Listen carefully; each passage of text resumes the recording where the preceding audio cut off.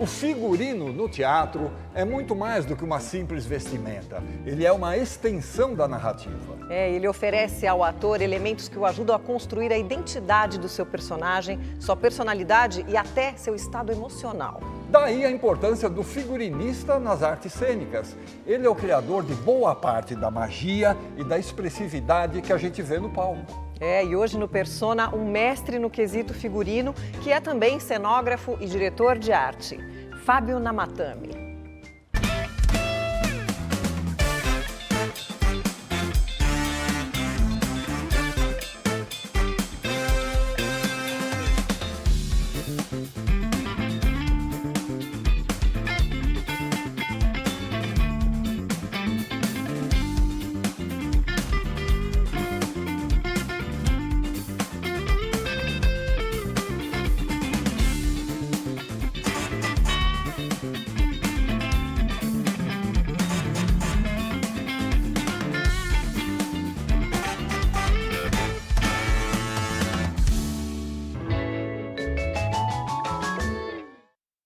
Fábio Namatame, muito obrigado por ter aceitado o nosso convite. Vamos bater um ótimo papo, como manda o figurino. É uma alegria e uma honra te receber aqui, te reencontrar. Imagina, é uma honra eu estar aqui, fiquei até surpreso com esse convite, porque né, os convidados aqui são sempre pessoas muito famosas, assim, midiaticamente, e a gente que trabalha atrás, a gente aparece bem menos que os que já vieram aqui, né? Mas eu estou super honrado. Namatame, você é um dos mais conceituados figurinistas do teatro brasileiro. É uma unanimidade na classe teatral. Você costuma dizer que essa sua ligação com os tecidos, o corte, a costura, tal, isso vem da sua mãe, que era costureira, né? Pode falar um pouco sobre isso para a gente começar a nossa conversa? Claro, é um prazer. Realmente a minha referência é desde criança, assim, né? Desde que eu me entendo como gente, a minha mãe já cortava os tecidos, já costurava, enfim, que era uma profissão bastante comum nessa época.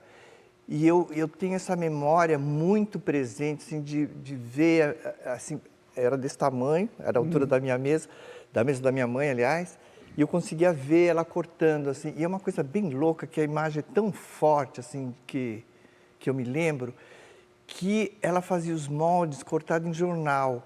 E o jornal era em japonês, que era uma coisa muito forte da colônia japonesa, né?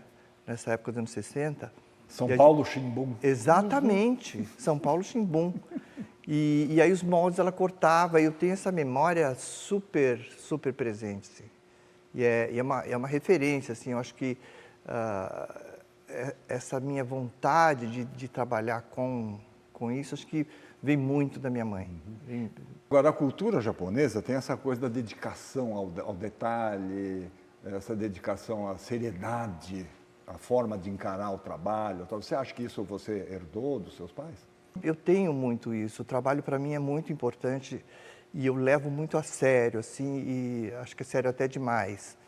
Eu praticamente vivo o que eu trabalho, o que eu crio e levo minha carreira, assim, muito seriamente, né? Mas a sua ideia era ser arquiteto, urbanista, e você tinha um propósito muito idealista, nobre, mas acabou desistindo. Eu queria muito ser arquiteto, porque eu achava que eu poderia revolucionar o urbanismo, esse era o meu intuito, assim, né? Eu falei, não, acho que eu vou estudar arquitetura porque eu vou poder propor uma nova cidade, um novo ambiente, a gente vai poder criar uma nova civilização. Uma loucura de adolescente, porque aí depois, conforme foi passando, eu falei, não, vou ter que estudar muita matemática, vou ter que estudar muita física, vou ter que fazer cálculo de concreto. Eu falei, ai, coisa chata, acho que não é bem para mim. Mas aí você foi cursar Comunicação e Artes na FAAP, né? E logo depois de formado, você começou a trabalhar com publicidade e com criação de estampas para marcas famosas e tal. Sim. Como é que era esse trabalho? Você criava e acompanhava a produção? Eram encomendas? Como é que era isso? Primeiro eu trabalhava em agência, né? E graças a uma amiga maravilhosa que me pôs numa agência de publicidade, porque, né, afinal de contas, eu estava fazendo um curso sobre isso. Mas eu vim no departamento de arte, eu falei, nossa, mas vai demorar muito tempo para eu ser alguém aqui. Aí então que eu falei, eu vou fazer estampa. Né? E essa minha amiga falou, olha, eu conheço uma estamparia que poderia se interessar pelos seus desenhos. E era uma coisa feita manualmente. Hoje em dia, né, tem todos os programas do mundo para fazer a estampa que você quiser. Mas naquela época não, era prancheta, eu ficava o dia inteiro sentado, desenhando estampinha, tipo, sabe o Jardim Secreto, que você fica todos contornos, depois ficar pintando, era mais ou menos isso, o meu dia a dia, assim, de ter que ficar na prancheta, desenhando, era uma super exigência, porque tinha coleção em coleção, outono, inverno, e vai mudando, e ficava lá desenhando loucamente. E aí, então, que eu falei, gente, eu vou ficar quantos anos sentado aqui pintando essa florzinha? Eu falei, não, eu tô começando a ficar quase que sem musculatura, só vou ter mão para ficar fazendo desenho. Eu falei, eu preciso tentar alguma coisa física, eu quero me expressar com o corpo. Né? Eu falei, acho que eu vou fazer outra coisa, assim. Não que eu fosse abandonar o que eu estava fazendo, porque é o que eu ganhava dinheiro. Mas aí eu falei, acho que eu vou fazer uma coisa física. Aí eu comecei a procurar coisas que eu poderia fazer. Aí, por acaso, eu vi um anúncio que estavam procurando pessoas orientais para fazer um grupo de estudo sobre o corpo do oriental. Achei super interessante isso.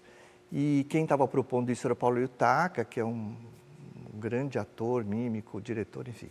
Era o grupo de arte Poncã. É, exatamente.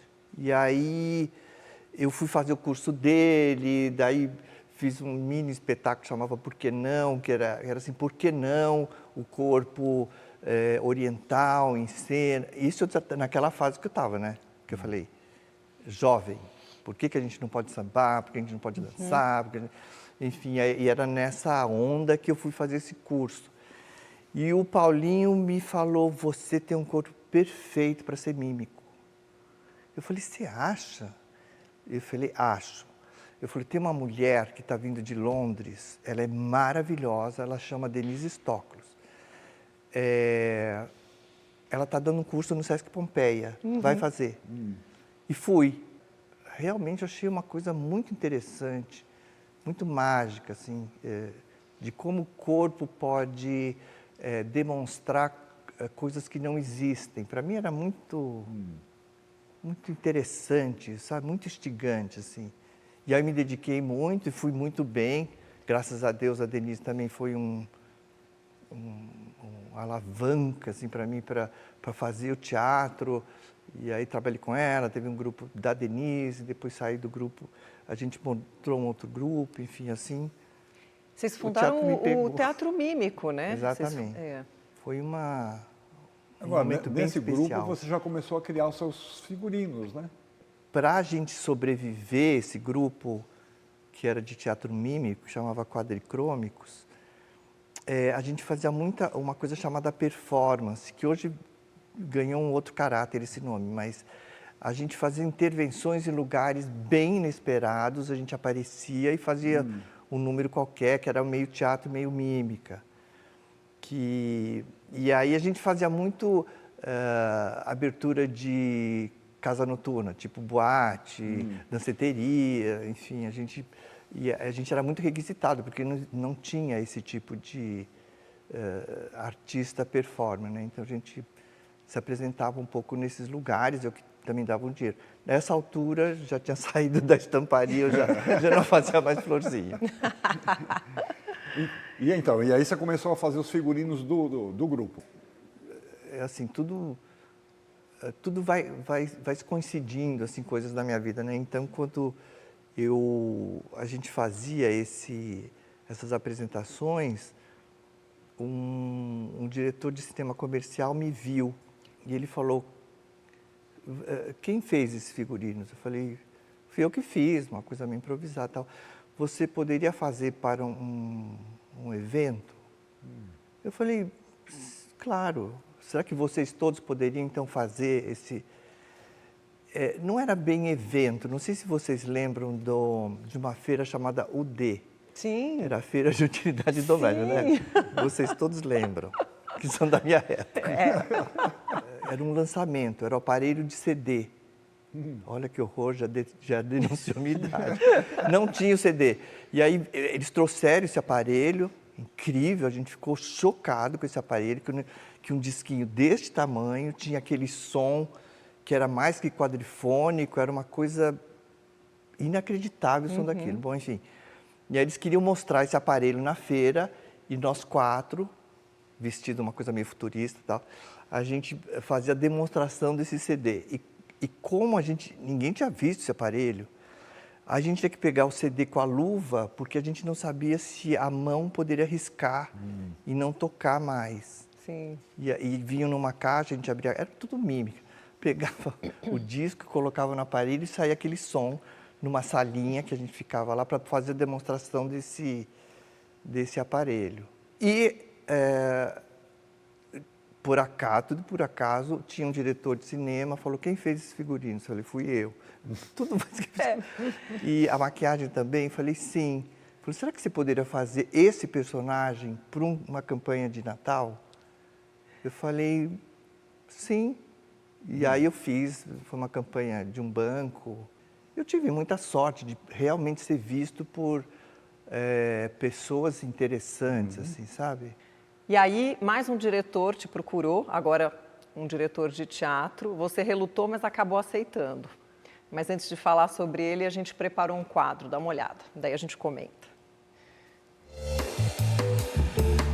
Naum Alves de Souza foi um dos nomes mais inventivos do teatro brasileiro. Arquiteto de formação, ele trouxe para a cena uma estética visual sofisticada e uma linguagem poética que marcou gerações. Iniciou sua trajetória nos anos 70 com o grupo Podminoga, onde já revelava seu gosto por personagens excêntricos e narrativas fragmentadas. Como dramaturgo, produziu obras que se tornaram clássicas, como A Aurora da Minha Vida e No Natal a Gente Vem Te Buscar, peças que misturam memória, infância e crítica social. Seu estilo é marcado por diálogos líricos e uma abordagem quase cinematográfica da dramaturgia. Naum também foi diretor teatral, artista plástico, diretor de arte e roteirista de cinema. Ele costumava escrever ouvindo música clássica e dizia que suas peças eram como álbuns de família distorcidos. Sua contribuição vai além dos palcos, influenciou a linguagem da televisão e formou uma geração de artistas que hoje reverenciam sua ousadia e delicadeza.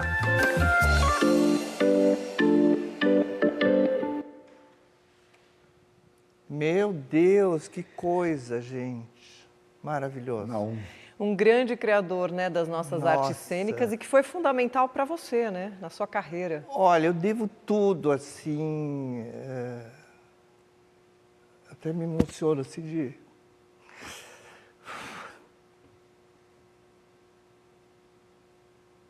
Sei lá, ele na verdade foi, assim, o start, assim, para mim no teatro. Ele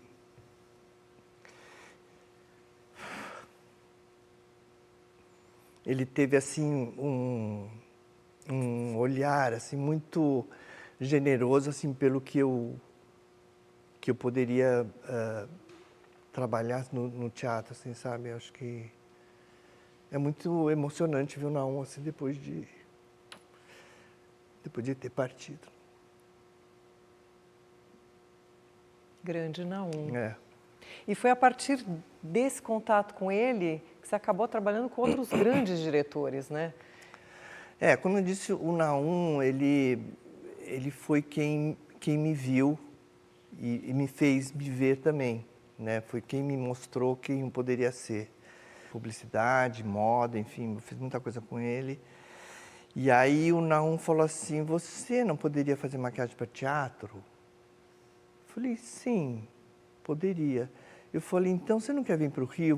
Vou fazer uma peça no Rio, eu queria que você fizesse a maquiagem. Aí eu chego no Rio de Janeiro, tinha que maquiar a atriz. Quem era a atriz?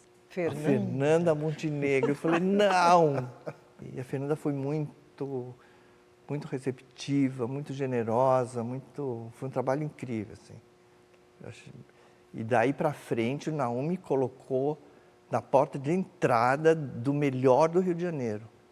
E daí, enfim, aí eu fiz todas as peças que ele fez, Marieta, André Beltrão, enfim. Aí Renata veio uma Sorrá. série de Renata Sorrá. Agora, nesses seus primeiros trabalhos no teatro, você fazia não só maquiagem, você fazia também cenografia, fazia os figurinos. E você, com relação à maquiagem, muita gente confunde visagismo com maquiagem. Explica direito, vamos dizer, qual é a diferença de uma coisa com a outra. É que essa história é bem maravilhosa para mim, porque a maquiagem é só essa pintura que a gente faz sobre o rosto, né? Mas o visagismo, ele envolve não só o rosto, mas o cabelo e todo o visual que você está construindo para o personagem. Isso é o visagismo, né? O visage que vem. Quando eu estava maquiando a Fernanda, ela me falou, mas você não é um maquiador, você é um visagista. Eu falei, nossa, falei, mas do que é isso? E aí que eu compreendi do que seria esse profissional. Daí para frente, então, os profissionais que fazem esse trabalho que é construir um visual mais complexo do que é essa construção dessa figura que o ator vai representar, o ator, a atriz vão representar no teatro. E eu acho que então isso ficou mais bem nomeado como visagismo. Eu acho que não é um maquiador, não é um cabeleireiro. Tá, né? Perfeito. Fábio, no final dos anos 80, você esteve aqui na TV Cultura e tem alguém que fala sobre isso com bastante carinho, olha só. Meu Deus. Eu conheci o Fábio em 1990 aqui na Cultura. Eu fazia parte do Revistinha e eu ajudava a vestir ele nesse quadro que ele fazia, que era uma geisha. E depois disso, eu fui fazer este estudo. O Fábio foi convidado a arrumar o visagismo de uma sereia que a gente tinha nesse programa. Eu fiz parte lá de um assistente para ele nesse dia. E depois de uns anos eu fui para teatro e comecei a fazer parte das equipes do Fábio nos musicais. E até hoje a gente trabalha junto. O último que eu fiz foi Meninas Malvadas. E o Fábio é sempre uma delícia trabalhar. A gente tem uma certa liberdade, é muito legal, é sempre um aprendizado em tudo. E ele é muito aberto em tudo no trabalho. Então, obrigado por tudo até hoje e um beijo, Fábio. Você é demais. Acabei de perguntar do Edinho aqui. O Edinho realmente faz parte do meu passado, porque é exatamente isso. Ele está aqui na TV Cultura já há muitos anos e realmente ele me vestia quando eu fazia programa aqui, que é uma coisa que ninguém... não é que ninguém sabe, minha vida se divide antes e depois disso, porque quem me viu aqui na TV Cultura, inclusive meus sobrinhos, eles conseguiram achar coisas na internet e me mandam. Olha assim, só. É você, tio? Que ótimo! E agora tem disponível no YouTube, tem várias coisas que eu fiz aqui no Revistinha, mesmo no Rá-Tim-Bum, antes do Castelo. E é uma delícia estar aqui de novo, né? E é um capítulo que ficou para trás. Muito pouca gente sabe que eu fiz esses programas, a não ser quem fez comigo. Muito bem, nessa altura você já estava inserido no universo teatral, trabalhos pipocando aqui e ali e tal, e acabou se dedicando com mais ênfase ao figurino, né? Mas vamos continuar essa conversa no próximo bloco? Ótimo. Voltamos já com o Fábio Namatama.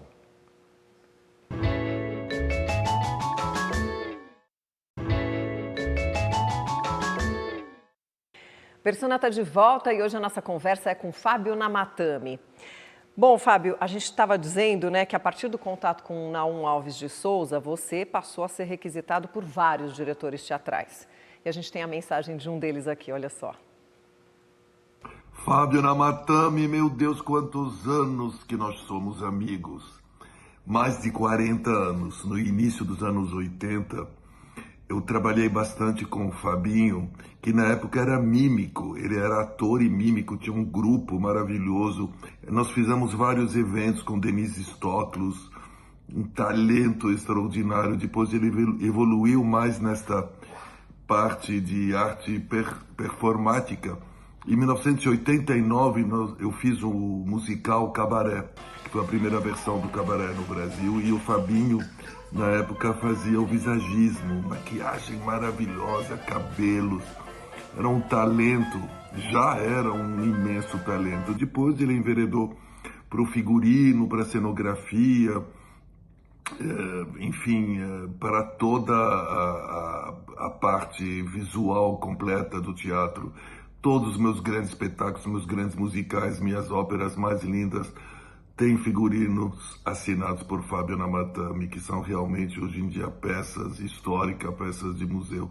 Ele, além de ser muito talentoso, ele é um grande profissional, um grande amigo, uma pessoa 100% que ouve, que tem humildade, que não levanta a voz, que refaz tudo do zero se tiver que fazer. É um artesão, um colega de trabalho que trabalha em harmonia. E isso é maravilhoso. Amo o Fabinho e desejo o melhor do mundo sempre para o Fábio. Um beijo para você, querido. Jorge, querido.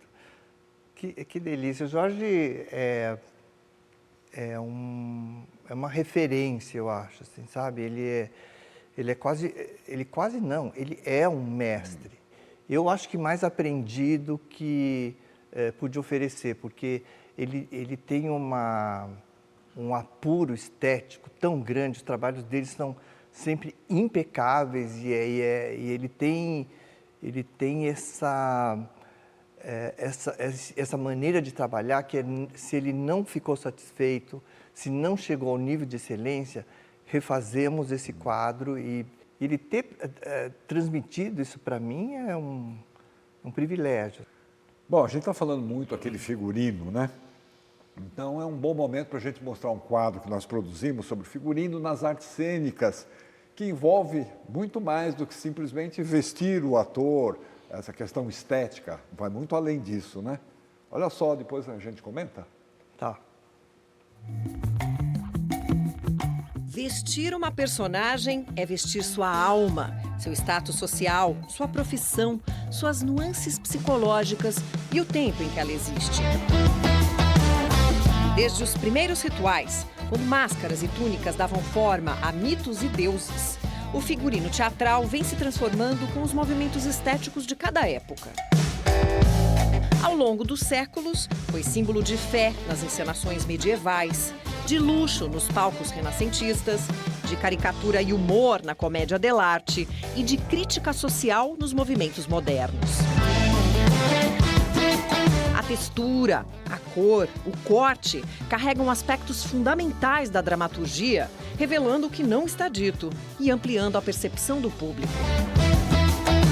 Dos espetáculos de rua aos grandes palcos, o figurino se tornou ferramenta expressiva, capaz de traduzir culturas, provocar sentidos e reinventar narrativas. O trabalho do figurinista consiste em transformar matéria em emoção, pois os trajes narram, respiram, vivem com o ator. São uma extensão da cena, costurados com sensibilidade e precisão.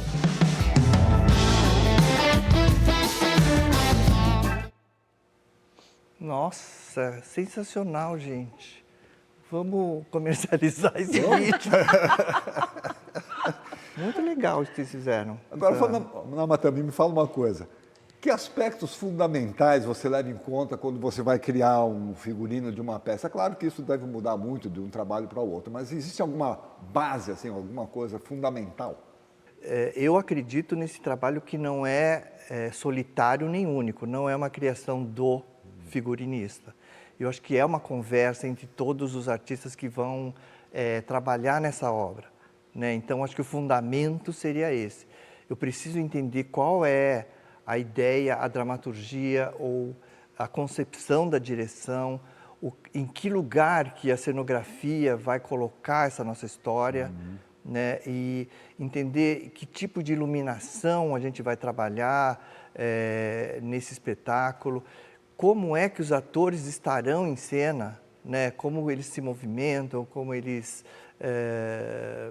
vão interpretar intensidade, densidade, leveza, enfim, todos esses aspectos, essa bíblia de fundamentos que a gente vai ter que descobrir, destrinchar todos juntos, assim, para a gente poder ter uma coisa harmônica, para não ser uma coisa artificial, né? A gente começa eu acho que desse encontro desses artistas que vão construir essa obra. Ok.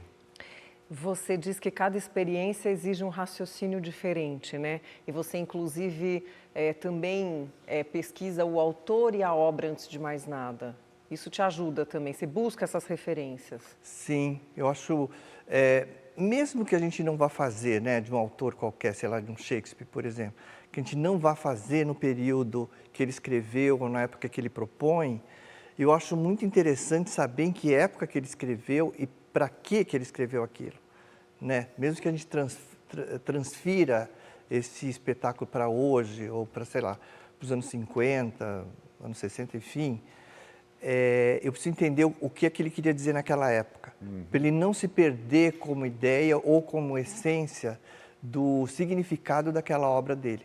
Então, eu acho fundamental a gente puxar esse fio e trazer ele até hoje, digamos que a gente faça uma montagem mais contemporânea, para a gente não perder esse início onde ele teve essa ideia. Não tem importância se a gente vai transformar, se a gente vai acrescentar, se a gente vai pegar um outro aspecto, mas eu acho que esse fio é o fundamental, assim, para a gente poder criar esse figurino, esse visual, essa plasticidade, enfim. Agora, você tem o seu ateliê ali no bairro da Santa Cecília, Vila Buarque, né, ali, aqui em São Paulo. Conta um pouco para a gente como é que é o dia a dia do seu ateliê, seja no momento que você está de criação, às vezes você está desenhando, você está planejando um trabalho, mas principalmente quando entra na fase de produção mesmo, tem que fazer, tem que costurar, não sei o quê. Você tem equipes, tem coisas que você não delega para ninguém, como é que é isso? Depende de cada projeto. Eu tenho um ateliê onde eu tenho 2 pessoas que costuram, uma pessoa que faz modelagem, vai desenvolvendo os meus projetos. Aí eu tenho uma produtora, que é uma produção de figurino. Esse, na verdade, é uma central da onde eu faço as peças onde eu acho que são mais difíceis de ser passado para alguém. Como eu estou lá no dia a dia, eu consigo construir aquilo que exatamente estou pensando e modificando conforme não vai dando certo. Você faz pessoalmente esse Faço caso. pessoalmente. Tá. E adereçagem, tintura, pintura, enfim, todo um trabalho pós-construção do figurino também eu gosto de estar muito perto. E é uma coisa que eu gosto de fazer. Eu tenho prazer em tingir tecido, em desgastar, em rebordar, enfim, é uma coisa que eu gosto, assim. Mas isso é só uma central que eu tenho onde eu faço essas coisas. Agora, para fazer um grande musical, uma ópera, sei lá, uma coisa que envolve, sei lá, 250, 400 figurinos, eu já descobri uma maneira de... É quase uma indústria, assim, sabe? E aí eu consigo fragmentar o que eu tenho que fazer e, por exemplo, vai num lugar onde só faz camisa, vai num lugar que só faz calça, num lugar que só faz paletó, num lugar que só faz vestido, aqui só faz anágua, aqui só faz top. Aí depois junta tudo para fazer o figurino se construir inteiro. Eu geralmente não mando num lugar só, porque pode ter problema, pode não conseguir, porque aí eu posso transferir isso que não conseguiu fazer para cá e assim é um jogo, porque é uma indústria, assim. Conseguir fazer um figurino e muito rapidamente, eu consegui desenvolver esse esquema de produção que consigo rapidamente atender uma produção e conseguir entregar de uma forma bem satisfatória, assim, o que eu criei, né? Mais uma mensagem para você, Fábio. Quem será, hein? Fabinho, meu amigo, acima de tudo, meu amigo, Fabinho é meu irmão e ele acompanha praticamente toda a minha carreira. Fabinho lida com as pessoas mais diversas, com criadores, diretores e com os artistas. Não é fácil vestir um artista, não basta criar a personagem, a roupa do personagem, é preciso entender o artista, é preciso entender o trabalho dele, é preciso ajudá-lo a construir o seu personagem. O Fabinho tem toda essa sensibilidade porque ele também é ator. Mas eu digo sempre que o Fabinho me deve tudo na vida. É feio falar isso, né? Mas é que a gente viveu um momento sensacional. Eu conheci a Annie Lennox em Paraty, e aí, quando ela vem para o Rock in Rio, ela me pede que ela queria um transformista para entrar no palco com ela, né, na abertura do show, isso aqui no Morumbi. Falei, Fabinho, você topa fazer? E ele entra em cima de um coturno de 30 centímetros quase de altura, de uma roupa toda dourada, coberta por uma renda preta toda brilhante, e nos telões a imagem dele linda, com uma peruca meio japonesa e meio moderna, contemporânea, e o Morumbi inteiro gritando. Falei, você me deve tudo, eu te dei essa oportunidade, Fabinho. Eu tinha que contar isso aqui, né, Fabinho? Mas eu queria dizer que, antes de mais nada, você é a nossa enciclopédia do teatro e você conhece histórias fantásticas das coxias e dos camarins. A hora que você começar a escrever, muita gente vai tremer nas bases. Eu quero te deixar o meu mais profundo reconhecimento, a minha admiração, o meu amor, como amigo, como irmão. Um beijo. Ai, que amor. O Posse é também, né, dessa minha lista de diretores, é um outro que eu trabalhei muito. Ele realmente é meu irmão, assim, a gente já fez de tudo. Mas é uma coisa engraçada, né, porque tem uma divisão muito clara, assim, de coisas que eu fiz antes e depois. E o Posse me conhece desde muitos anos, o Jorge também. E o Posse, né, da mesma época, tanto o Jorge quanto o Posse, me conhecem da época que eu fazia mímica. Que, né, eles me viram, inclusive. E eles são da turma do Naum, né, desses diretores que me viram. E realmente, devo isso para o Posse, eternamente. Esses 15 minutos de glória. Foi muito difícil tudo, mas foi sensacional. Eu fui capa da Folha de São Paulo. Sim. Quem é essa? Muito bom! Que emoção! O Posse tocou num assunto muito interessante, que é fazer o figurino, você precisa conhecer o artista. Quer dizer, além do texto, além da ambientação, o artista. Fala um pouco sobre isso.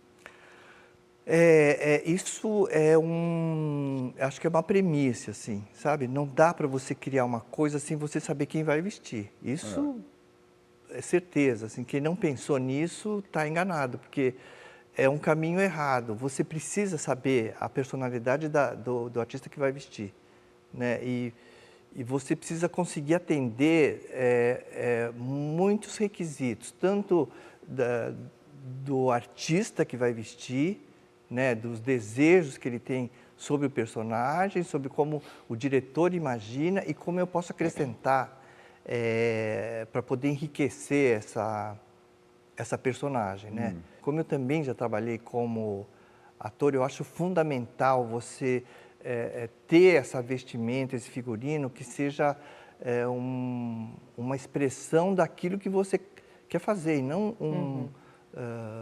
um impeditivo, sabe, impedimento de você poder desenvolver.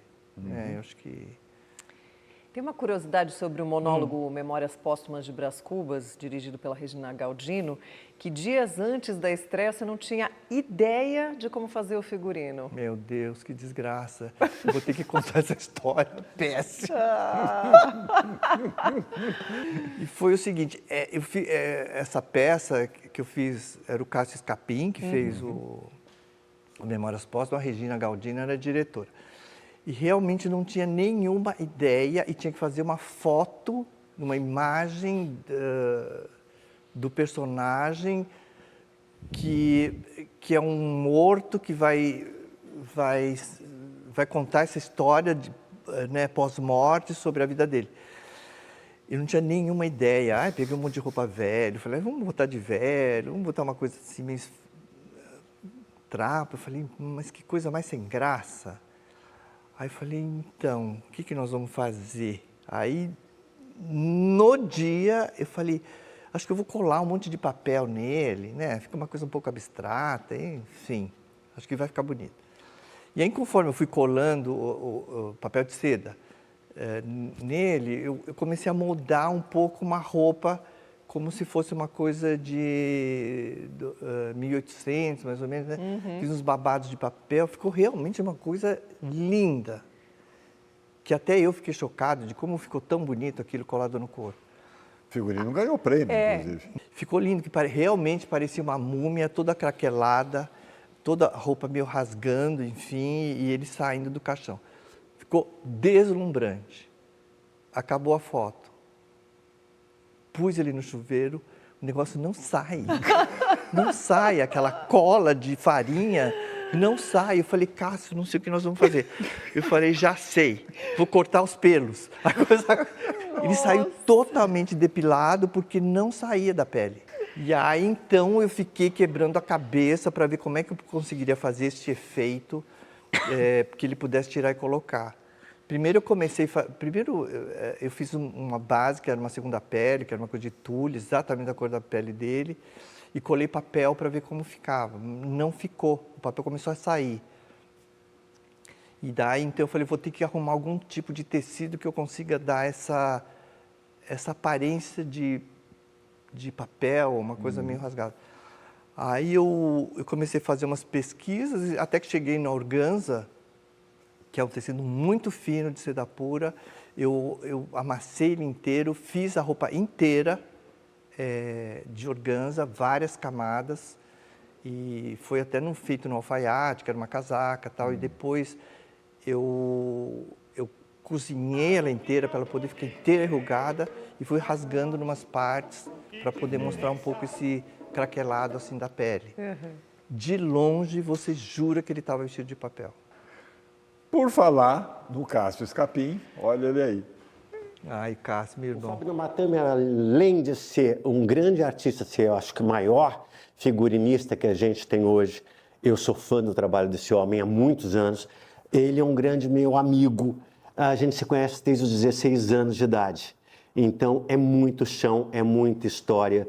Eu acompanho o trabalho do Fábio, que vai do comercial à ópera, do teatro ao show. Enfim, o Fábio Namatame é um artista tão talentoso, tão carinhoso e tão preciso e assertivo em tudo que ele faz, que é uma honra ter podido usar vários personagens vestidos pelo Fábio Namatame. E eu tenho aqui uma coisa, Fabinho. Primeiro, você muito jovenzinho. Aqui nós estávamos em Paris, num hotel em Paris, que a gente dividia quarto em Paris. E aqui nós temos nós, ó. E aqui você na janela daquele quartinho que a gente dividia em Paris. Olha só, que mocinho. E, gente, para quem não sabe, o Fábio, antes de se dedicar totalmente à questão do figurino, o Fábio era um excelente ator. Ele fazia parte de uma companhia chamada Quadricrômicos. Então, Fábio, é tanta história junto que a gente tem e eu sou tão orgulhoso de ser teu amigo, e de dividir o trabalho, dividir o palco com você, com o seu trabalho, que Enfim, todos os loas e todos os salves para você. Te amo muito, meu amigo e meu artista. Beijo. Ah, e o Cássio é meu amigo de sempre, mesmo. De sempre mesmo. A gente se conhece desde muito jovem. Ele tinha 16, eu tinha um pouco mais na época, mas ele me acompanhou, assim, tudo que eu fiz, desde o nada até onde eu cheguei hoje. São muito fraternas mesmo, é tipo de irmãos mesmo. Bom, Namatame, mais um intervalo. E na volta a gente fala sobre um espetáculo onde os figurinos tiveram que sobreviver a uma chuva torrencial, pode ser? Voltamos já com Fábio Namatame.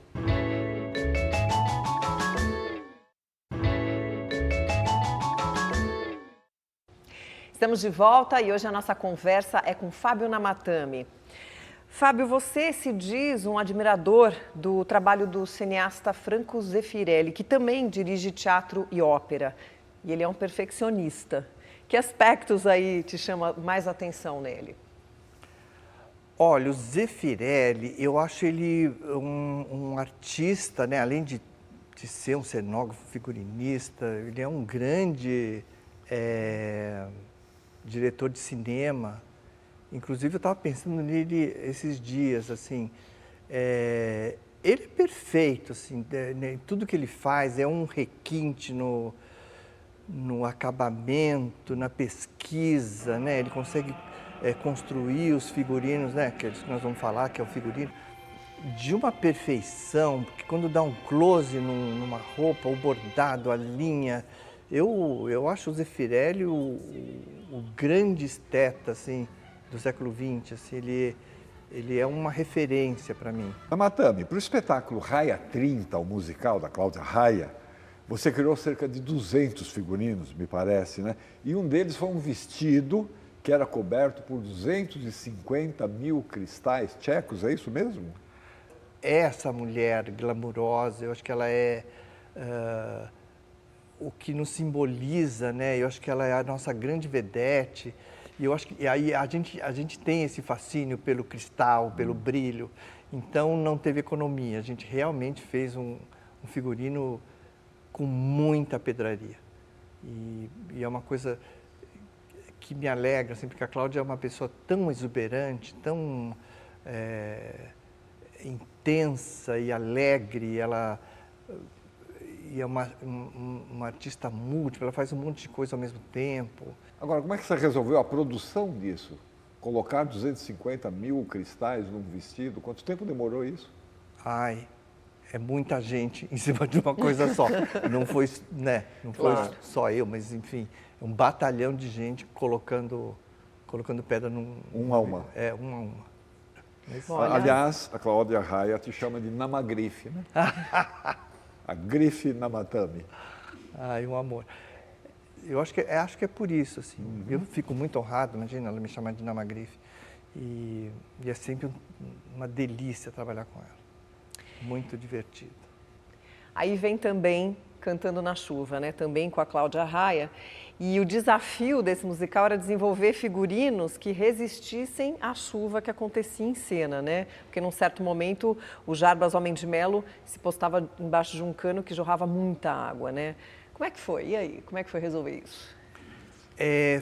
Foi uma pesquisa, assim, um pouco desafiadora. Eu nunca tinha feito uma coisa que tivesse que molhar e tinham 2 sessões, inclusive.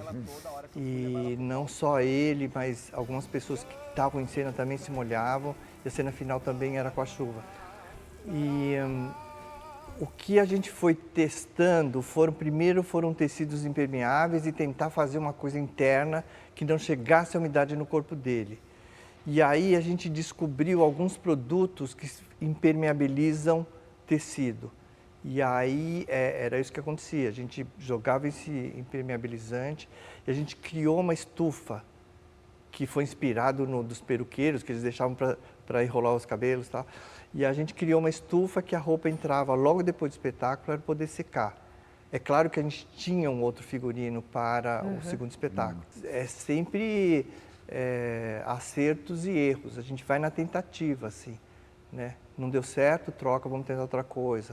Né? Tanto a elasticidade, assim, geralmente espetáculo que tem muita dança precisa dessa maleabilidade do figurino para ele poder fazer todos os movimentos sem nada que fica restringindo, né? Você colaborou na criação de vários figurinos para programas, principalmente da Rede Globo, e recentemente no The Masked Singer Brasil.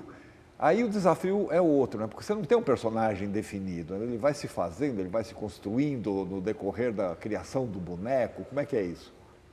Olha, o Masked Singer foi uma coisa muito louca. Eu dividi o trabalho com o Marco Lima, né? A gente fez esse programa juntos, mas é um esquema televisivo que é totalmente oposto ao que se faz no teatro. Os personagens foram criados antes de saber quem é que ia vestir aquele personagem. Eu e o Marco fizemos os 2 primeiros programas, que eram os figurinos muito elaborados e eram os primeiros. E a gente teve que trabalhar muito a questão da máscara, que não é uma máscara, é um capacete. E isso foi um desafio, assim, porque eles tinham que respirar, não eram artistas que estão acostumados com esse tipo de figurino, né? Com esse tipo de desafio. Então, essa foi a parte mais difícil, assim, de como é que a gente adapta essa coisa sufocante com conforto para o artista que está lá dentro, porque ele vai ter que cantar, vai ter que dançar, enfim, e enxergar pouco, porque enxergava muito pouco com aquelas máscaras. Então, foi bem desafiador. E também era programas de estreia, né? Não é que veio uma coisa pronta e a gente teve que fazer uma pesquisa de como é que ficava mais leve, mais confortável, uma visibilidade mais ou menos razoável, enfim. Foi bem desafiador, mas muito rico para a gente. E o seu grande parceiro lá do Masked Singers Brasil, claro que te mandou uma mensagem, olha só. Bom, eu conheço o Fabinho desde os anos 80, quando a gente estava começando a fazer teatro. E, posteriormente, a gente trabalhou em algumas produções, onde eu fazia o cenário e ele o figurino. Então, a gente sempre caminhando paralelo, até que um dia, na pandemia, a gente foi convidado para fazer o programa The Masked Singer Brasil. E a gente uniu o meu conhecimento de bonecos e máscaras e com o conhecimento dele de figurino. Era a primeira vez que a gente iria dividir uma criação. Dividir uma criação não é uma tarefa fácil, porque a gente pode ter muitos conflitos de ideias, pode brigar, e a gente tem uma convivência diária de 12 horas. Então a gente ficou 2 meses confinado no mesmo lugar, com uma equipe maravilhosa, e a gente não tinha plano B, tinha que dar tudo certo. E deu. E assim como no programa era revelado um grande artista atrás de uma máscara, para mim esse trabalho foi incrível, porque eu pude conhecer intimamente o Fabinho. Eu descobri uma outra pessoa, um ser humano maravilhoso, que estava, né, assim, que na convivência do trabalho a gente não consegue muito revelar essa pessoa para a gente. Foi um prazer muito grande, né, ter essa descoberta, tê-lo como companheiro, que é um puta parceiro, é um grande artista. E eu queria te falar isso, cara, que eu te amo demais, te admiro demais, e que você é um ser humano da melhor qualidade. Um beijo muito grande, Fabinho. Você é demais.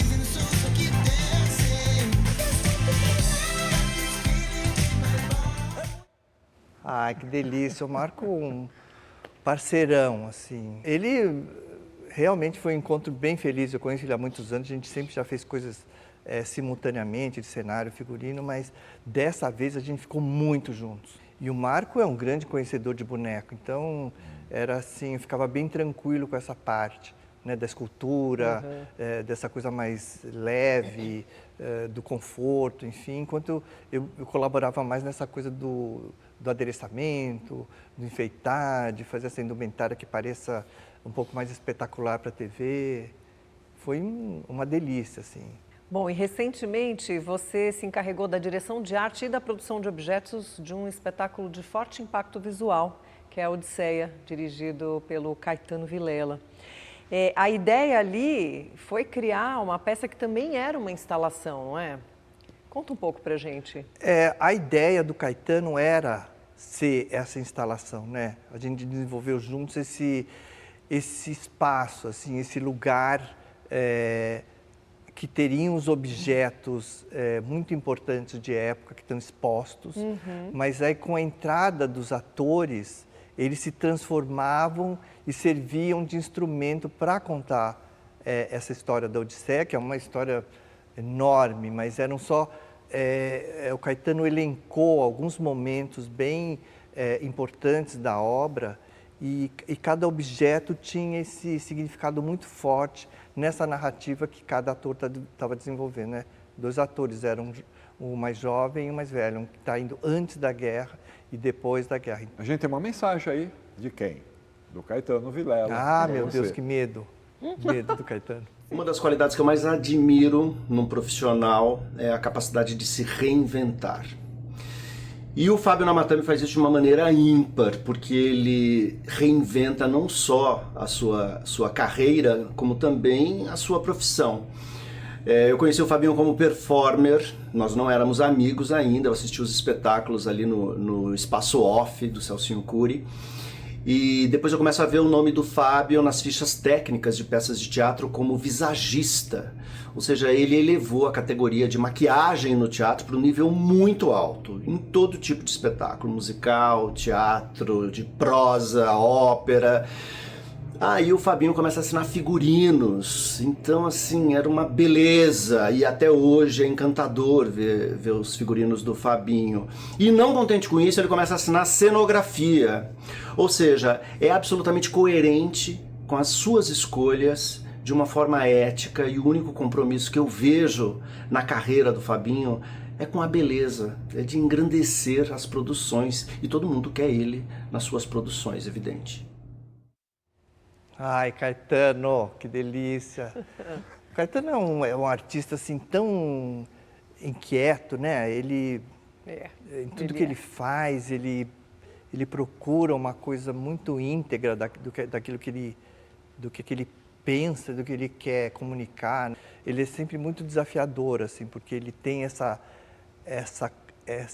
esse desejo de pesquisa, de querer não se acomodar e tentar dar outras camadas para a obra. Isso eu acho muito legal. E ele falou uma coisa muito importante que eu não citei aqui, é o Celso Cury e o off.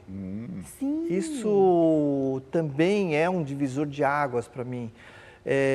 Tem muita gente que me viu no off, porque eu trabalhei muito lá no off, que eu fazia uma espécie de um hostess. Eu selecionava as pessoas que podiam entrar no off, porque era um clube privê, era uma coisa pequena, enfim, não cabia muita gente, a gente tinha que dar uma selecionada. Né? Foi um lugar bastante importante dessa cultura que foi meio underground, mas hoje estão todos aí brilhando, fizeram todos carreiras assim, incríveis.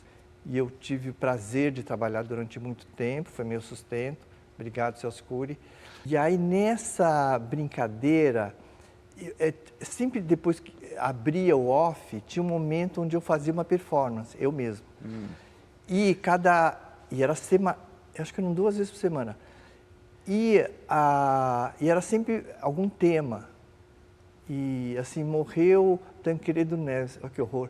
Aí eu fiz a Risoleta Neves, no velório do Tancredo. E era tudo uma coisa meio política, meio... uma vez eu fiz a Barbie Face. Enfim, eram as ideias bem loucas do Celso, nessa época. E aí, tanto que eu fazia coisas lá, fazia num espacinho, num cantinho. E aí, então, a gente resolveu fazer o Teatro Fábio Namatame. Era o primeiro teatro que era assim, era um círculo de 1,5 metro de diâmetro. Tinha uma cortina que parecia box de cortina de chuveiro, sabe? Mas era de veludo, o cenário era do Felipe Crescente, tinha uma moldura do Municipal, assim, tudo de plástico pintado de dourado. E o negócio abria e eu fazia um showzinho lá dentro. Que sensacional. E é uma coisa tão louca que eu chamava Teatro Fábio Namatame, brincadeira do Celso. Ele faz parte do documento dos teatros de São Paulo existe esse teatro. Olha. Não é louco? Eles pegaram, muito acreditaram que tinha e era tudo assim. Muito. Cenários de Felipe Crescente. Está oficializado. É, então. o Elias Andreato se apresentou, Marisa Hort se apresentou no meu teatro. Olha só, bom. que O maravilha. Celso é uma coisa, imagina, inesquecível para mim. Fábio, obrigada pela tua presença aqui, é uma alegria. Eu adorei. Todo mundo falou, eu te conheço desde os anos 80. Eu te conheço desde os anos 90. Graças a Deus. Sou sua admiradora desde então, é uma alegria mesmo te receber aqui. E complementando o que o Caetano fala, que você torna tudo, né, o teu olhar é para essa beleza, mas sem esquecer da sua genialidade. Você é um gênio mesmo. Parabéns. Você é um cara que está sempre se reinventando, né, Fábio? Ai, tomara. É, Tomara que cada sim. novo espetáculo é um novo desafio que exige novas soluções, novas técnicas, né? Isso é muito bonito e você bom. consegue resolver isso de uma maneira brilhante. Obrigado, muito obrigado, minha gente. Obrigada a A você. gente que agradece, mas você assumiu um compromisso com a gente, muito sério, de ler um texto agora no final do programa. Ai, meu Deus. Fique tranquilo, nós vamos nos despedindo do público. Muito obrigado a todos que nos acompanharam até agora. Voltamos na semana que vem e ficamos com o Fábio Namatame. O ator cria o personagem com a roupa que o traja. Alinhava o seu desempenho nos traços das costuras das vestes que o inspiram. Borda o seu colorido no conforto dos tecidos, nos pespontos das agulhas, nas tramas dos panos. Mantos, brilhos, pedrarias, perucas, sapatilhas, fardas, farrapos. Tudo lhe diz algo. Delineia o seu gesto no desenho das mangas, roça o pano que cobre as pernas como roça o caráter, do papel que o desafia. Agasalha-se na vestimenta que o acolhe e fala com ele até que tudo seja um só. O ator, o personagem, o figurino. O artista que está em cena e o artista que o vestiu.